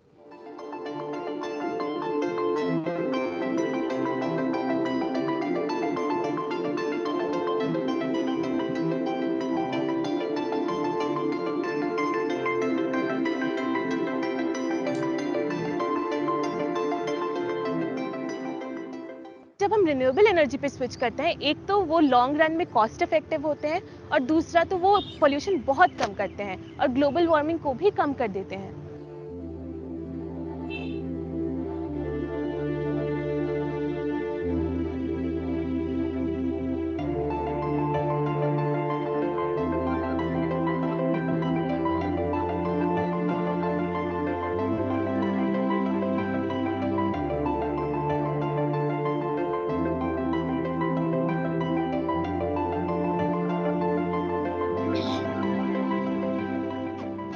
पहला बिजली का बिल 1 लाख रुपए कम आया था, जिसको देख के इतना मजा आया और लगा कि हाँ, विद अ बैंग हमने कुछ किया है। There is a reduction of almost 45 to 46% in their electricity bill. मुझे लगता है कि अब विद इन एन ईयर हमारा लगभग वसूल हो जाएगा।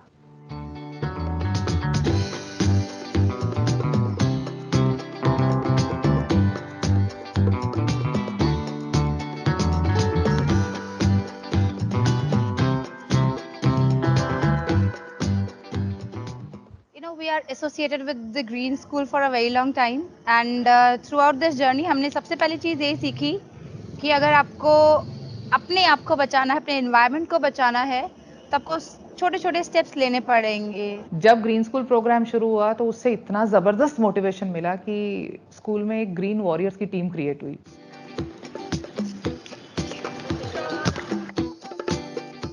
रिन्यूएबल एनर्जी सोर्सेज में ज़्यादा कार्बन रिलीज नहीं होता है, तो इनसे हम अपना कार्बन एमिशन कम कर सकते हैं, जिससे क्लाइमेट इफेक्ट नहीं होता, इससे ग्लोबल वार्मिंग भी कम हो जाती है।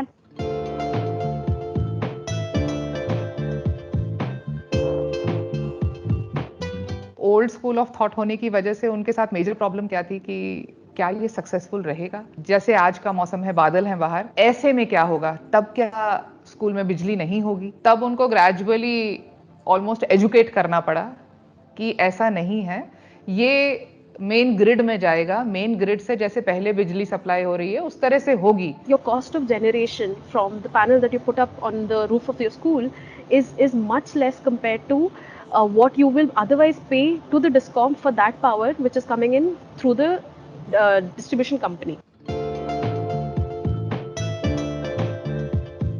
In the day when your system is generating and you're also consuming, especially in the first half of the day when the school is running, you are likely to run into a deficit. Your consumption is likely to be higher than what your system produces. most likely. So what happens is that that deficit is met through the power drawn from the DISCOM. But during the later part of the day, most likely the class is not going on, so your consumption is low while the system is still generating, especially like from 3 to 6 p.m. So during that time, the surplus which is generated by the system will be fed back into the grid. So the net which is drawn and the net which is fed back is metered by the net meter. So you're billed for the net amount instead of you being billed for the entire consumption and the entire generation, for which you have to wait for the end of the month billing cycle for the DISCOM to settle matters. You have settled the matters right there, and the final bill that is generated reflects only the net amount.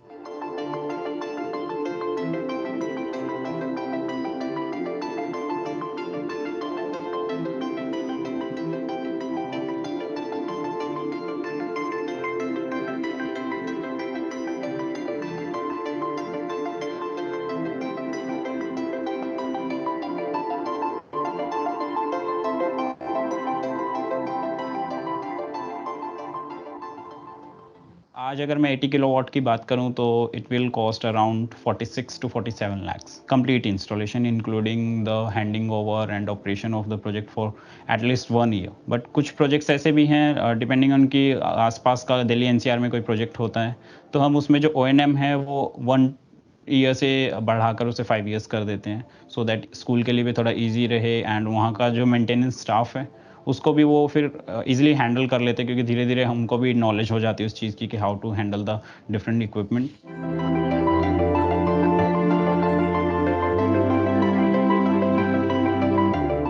Rooftop को पूरा observe करते हैं कि कहाँ पर radiation कितना receive हो रहा है, शेडो अगर किसी ऑब्जेक्ट की आ रही है तो वो कहाँ आ रही है, क्या उसका एरिया कवरेज है. After that comes the design phase जिसमें 1 week maximum we consider. After that installation, like for a 100 kilowatt project, it will take 20 to 25 days.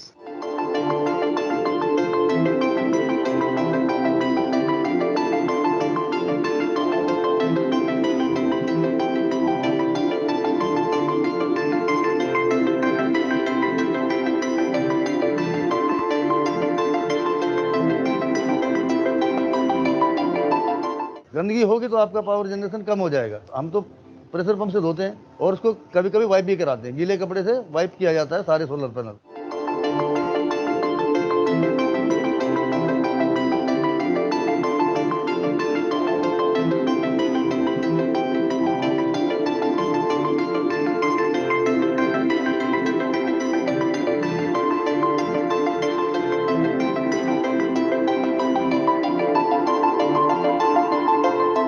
हमारे स्कूल में हमें हमेशा सिखाया जाता है कि जहाँ पे ज़रूरत नहीं है वहाँ पे हमें लाइट्स फैंस ऑन नहीं रखने चाहिए, बंद कर देना चाहिए जब भी हम कहीं बाहर जा रहे होते हैं. और हमारे क्लासेस में AC नहीं है जिससे भी एनर्जी कंजम्पशन भी कम होता है और वो क्लाइमेट चेंज में भी मदद करता है. एक स्कूल जैसी इंस्टीट्यूशन में ये कि जो हमारे फ्यूचर सिटीजन्स हैं हमें उन्हें तैयार करके चलना है.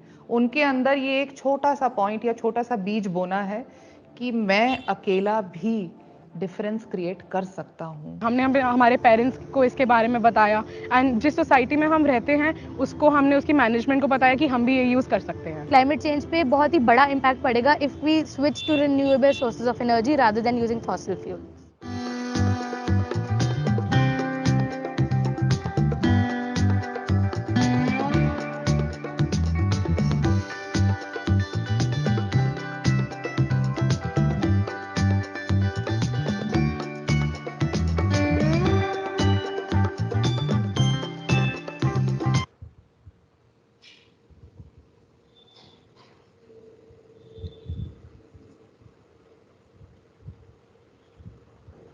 So, कैसे लगे आपको दोनों videos? I think my idea was to share with you कि स्कूल लेवल पे क्या क्या इनिशिएटिव्स ले जा सकते हैं, not just waste management, but जैसा कि आपने देखा Queens Valley school Dwarka have gone entirely renewable. So this is also something, चाहे छोटे स्केल पे हो चाहे बड़े स्केल पे हो, you can always adopt it or can think about it. It's not about कि आपका स्कूल छोटा है या बड़ा है, but you can also decide to go entirely solar, or you can go sort of decide to have a very good sanitation or a waste management system for your school. So maybe what we could do now is, I wanted to know how much time I have, and then accordingly I'll move. Is it till 11:30? Ma'am, it's still 11, so you can have. Okay. So I don't have a lot of time. So what I've done, मैं अपना presentation आप लोगों से share करूँगी, and उसमें एक class exercise है, and which I would want all of you to attempt. I think this is, I've given you like a estimate of a school with numbers, कितना waste generation है, जो चीजें मैं आपको school level पे करने को बता रही थी और उससे आप क्या कर सकते हैं, वो सारे parameters और numbers इस exercise में हैं. So basically एक school का आपको मैंने case study दिया है, जिसके basis पे ये डिटेल ब्रेकअप है अलग अलग टाइप के वेस्ट का. इसी इसी वे से आप अपने स्कूल का ऑडिट भी करवा सकते हैं, और उसके बाद आपको अपने स्कूल का एक वेस्ट मैनेजमेंट प्लान बनाना है.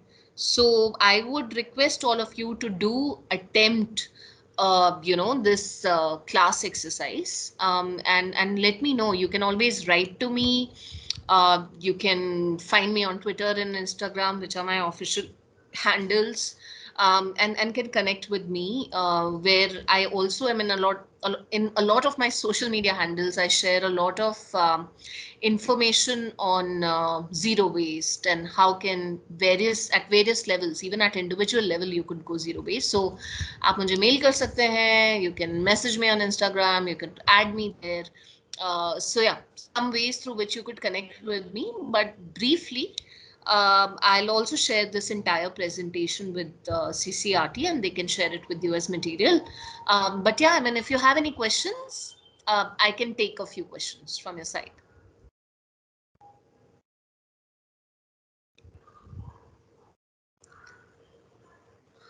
कोई आपके एक दो questions हो तो I could take that, or any comments, yeah, something that you're already doing at your school level.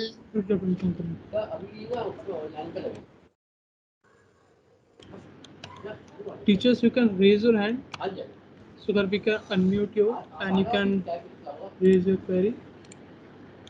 Santosh Prasad from Assam, you can unmute yourself. Dr. Meenakshi Bajpai ji, you can also unmute yourself. Hello. Yeah, Hello? Santosh ji. Am I audible? Yes, you are. Ma'am, yes, you are.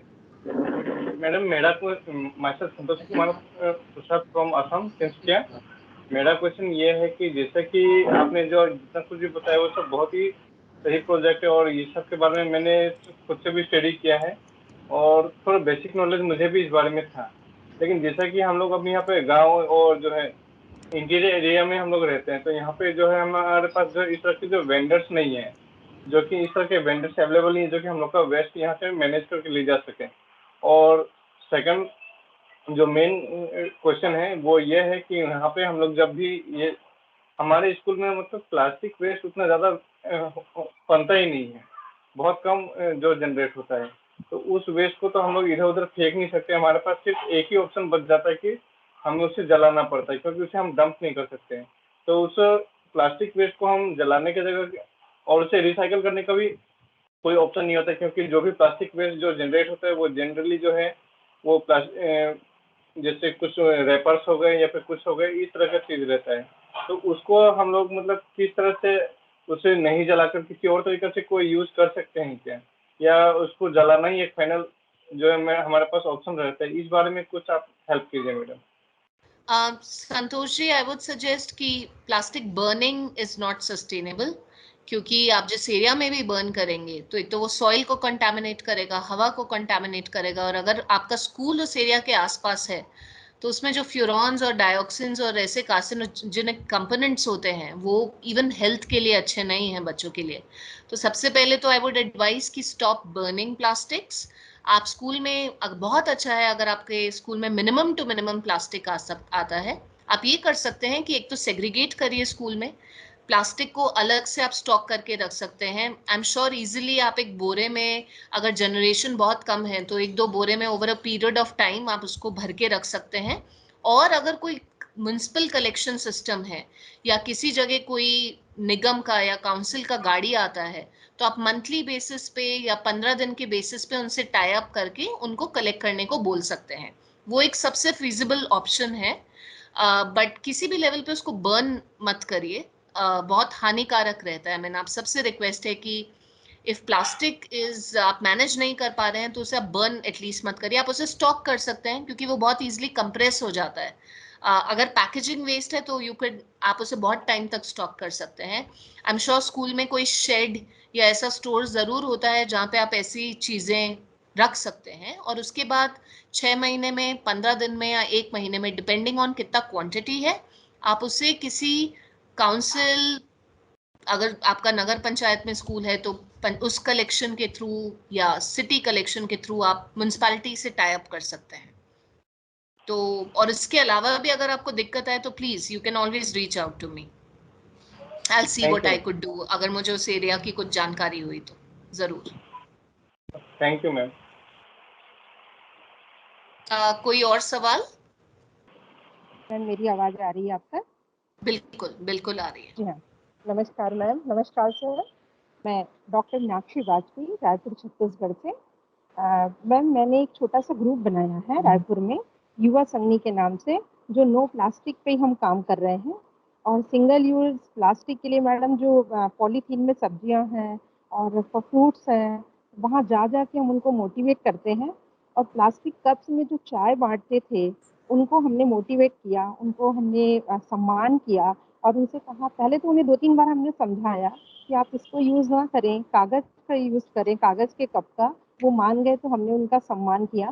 तो ये बहुत एक छोटा-सा प्रयास था। उसके बाद ma'am हमने स्कूल में बच्चों की प्लास्टिक बॉटल कलेक्ट किए और उनमें छोटे-छोटे प्लांट लगा के, जो स्कूल का गार्डन है, वहाँ हमने उनको किया। बच्चों ने बहुत इंटरेस्ट लिया और उनको समझाया कि अब प्लास्टिक की बॉटल यूज़ ना करें। और दूसरा मैम, जो गार्डन के सूखे पत्ते निकलते थे, उसको हमने कलेक्ट करवाया और वहीं पर एक गड्ढा बना के, स्कूल में जैसी सुविधाएं थी उसके हिसाब से हमने वहाँ पर कचरा इकट्ठा करके खाद बनाने का काम शुरू किया है। तो हमें आपकी सेशन बहुत ही अच्छा लगा मैम, बहुत ही इंटरेस्टिंग भी था और यूज़ था। यूज़ के लिए बहुत ही बढ़िया है कि आपने स्कूल से लेके पूरे अन्य राज्यों की भी बात बताई।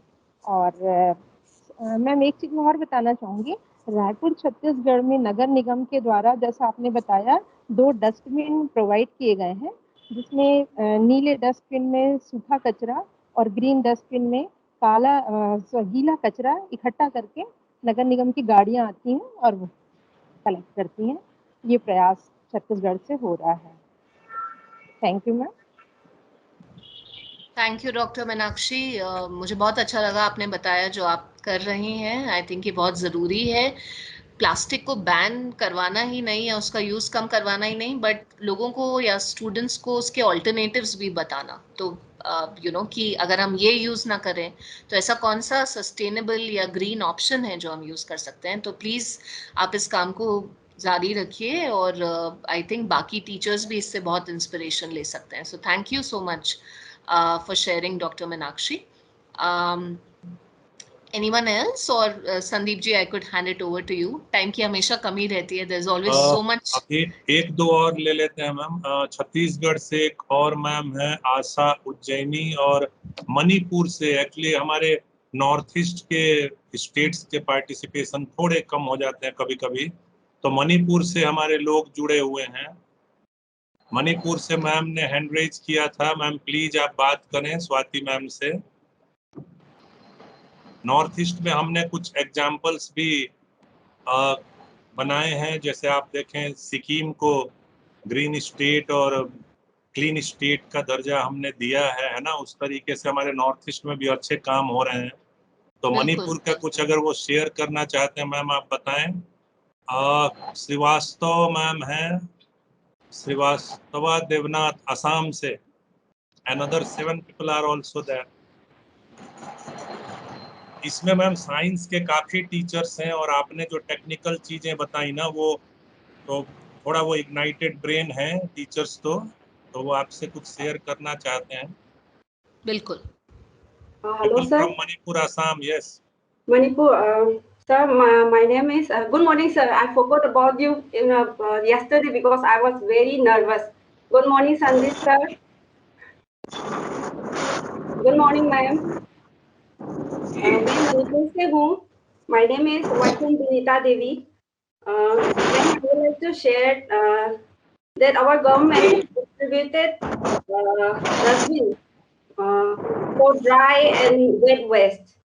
And they organized, and we organized PP club in our school.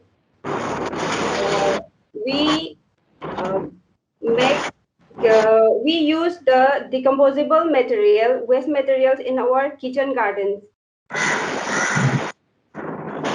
And we, from the kitchen gardens, we use the vegetables and herbs in our midday meal also. In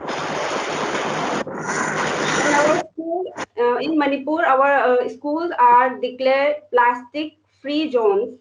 For this, we organize rallies around the school and for community awareness, and we distributed paper bags around the school, paper bags around the school shops.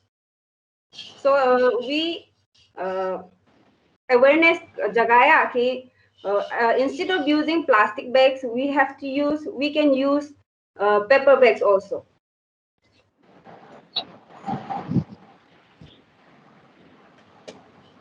This is what I wanted to share. Thank you, sir. Thank you, ma'am. Thank you, Vaikom. I have worked quite a lot with the Manipur Urban Department and City Corporation Imphal. So, in fact, still working with them. So yeah, I mean, thanks for sharing all the initiatives that are happening there. Yeah. Thank you Vinita ma'am. एक last हम question ले लेते हैं या उनका experience sharing. Valar Maiti ma'am from south, हमारे southern state से Valar Maiti ma'am है. Good afternoon, everybody. First of all, I would like to express my heartfelt gratitude to Swati ma'am, and it was really an eye-opening session, ma'am, that you have rendered in a great manner and got many information about waste management too, ma'am. Then what I am doing is that I have using the waste water bottles as puppets, which is a wonderful teaching learning material I am using for more than 10 years. And then another thing is our school GPS Ecolang Glass from Puducherry got Swachh Puraskar award at national level. And we have compost in our school. Then we are also having rainwater harvesting system in our school. That's what I want to convey. Thank you, everyone. Thank you so much for sharing. And yeah, please keep on doing the good work. Thanks. Excuse me, sir. Excuse me, sir. Ji, hand raise करें ma'am, अपना शुभ नाम बताएं और फिर आगे आप बात करें. सुब्रा गोयल मैम ना? So I'm Ravinder from Punjab. Okay, ma'am. Most welcome, ma'am. You may share your experiences. Either you may raise any inquiries. हाँ जी, good afternoon to all. Swati ma'am, जैसे आपने बताया वेस्ट मैनेजमेंट का, हम लोग अपने स्कूल में गीला कचरा और सूखा कचरा उसको तो क्लास लेवल पे सेग्रीगेट कर ही रहे हैं और कंपोस्ट पिट बना रखे हैं जिसमें हम कंपोस्ट रेडी करते हैं उससे. इसके अलावा जो प्लास्टिक वेस्ट है उससे हमने एक मॉडल रेडी किया था इन 2015. बॉटल ब्रिक्स का मॉडल था वो, जिसे नेशनल लेवल तक हमारे बच्चे एग्जीबिशन में प्रेजेंट कर आए थे. बेंगलोर में एग्जीबिशन लगी थी, तो वहां पर भी ये मॉडल इवन वहां के एजुकेशन मिनिस्टर तनवीर सेठ जी ने भी इसको बहुत प्रेज किया था. उसके बाद से हमने ये स्कूल में प्रोजेक्ट शुरू किया हुआ है कि वेस्ट जो बॉटल्स होती हैं उसमें हम नॉन बायोडिग्रेडेबल वेस्ट जो है उसको फिल करके उसको as a bottle bricks use करते हैं. और जो मतलब रैपर्स हैं या बच्चे लेस खाकर उसका जो कचरा है उसको फेंक देते हैं इधर उधर, उसको हम इकट्ठा कर लेते हैं और बॉटल्स में यूज करके, जैसे छोटी छोटी जो बाउंड्रीज है या कुछ बनाने में, इवन जो विलेजेस है उनको भी इसके बारे में हम लोग जाकर रैलीज के थ्रू बताते हैं और उसको इकट्ठा करके उसको यूजफुल तरीके से यूज करने के लिए उनको समझाया जाता है। इसके अलावा स्कूल में हमने लास्ट मंथ सोलर पैनल्स भी इंस्टॉल किए हैं, जिससे हमारा जो इलेक्ट्रिसिटी जो है उसको एक रिन्यूएबल सोर्स मिल सके और हमारे जो बिल्स हैं वो लेस हो सके। मोस्टली जो हमारे पंजाब स्कूल्स है वहां पर अप्रोक्सीमेटली काफी स्कूल्स में ये solar panels and compost pit ये जो प्रोजेक्ट है ये चलाया जा रहा है। इवन रेन वाटर हार्वेस्टिंग जो है वो भी बहुत सारे स्कूल्स में ये कर रहे हैं टीचर्स, और इसमें हमारे सेक्रेटरी सर का बहुत बड़ा योगदान है, जिन्होंने स्कूल्स को स्मार्ट स्कूल्स बनाया और उनको ग्रीन स्कूल्स बनाने में एक बहुत बड़ा रोल है उनका। Thank you. Thank you so much Rupinder ji, बहुत अच्छा लगा जान के क्या क्या इनिशिएटिव्स हो रहे हैं आपके स्कूल के लेवल पे, एंड या please keep on doing the great work and sharing. या थैंक यू स्वाति मैम। जब भी स्वाति मैम हमारे साथ डिस्कशंस में आती हैं, लेक्चर डिलीवर करने आती हैं, तो वो डेफिनेटली जस्टिफाई करती हैं सभी टॉपिक्स को, और हमारे टीचर पार्टिसिपेंट से जो फीडबैक आता है मैम आपके डिस्कशन का, वो हमेशा appreciation आता है। They learn something new and scientific components from your discussion about waste management in their school system, even in their surrounding and home. So on behalf of these teacher participants and CCRT, we are very thankful to you for your such scientific discussion. और बल्कि मैं पंजाब के एक teacher से भी कहूँगा कि on behalf of teacher भी मैम का वोट ऑफ थैंक्स करें, है ना, क्योंकि असेंबली बहुत ह्यूज है, 200 से ऊपर लोगों का है। आप लोग भी वोट ऑफ थैंक्स करें एक टीचर, और फिर हम कंप्लीट करते हैं सेशन को। Anyone from Punjab? क्योंकि पंजाब में भी काफी हमने मॉडल बना रखे हैं, है ना, अच्छे कामों का।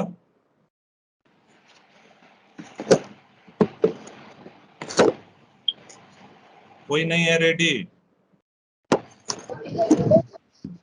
Sir, I want to say something about my school. Yes, please tell us and present vote of thanks also, ma'am. Yes, sir.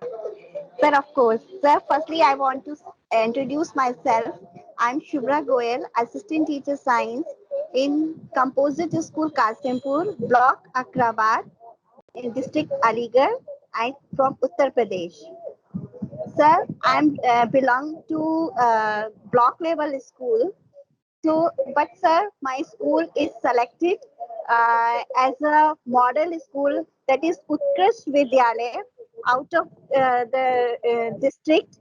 Within 22 schools, my school is at the 3rd level in district Aligarh.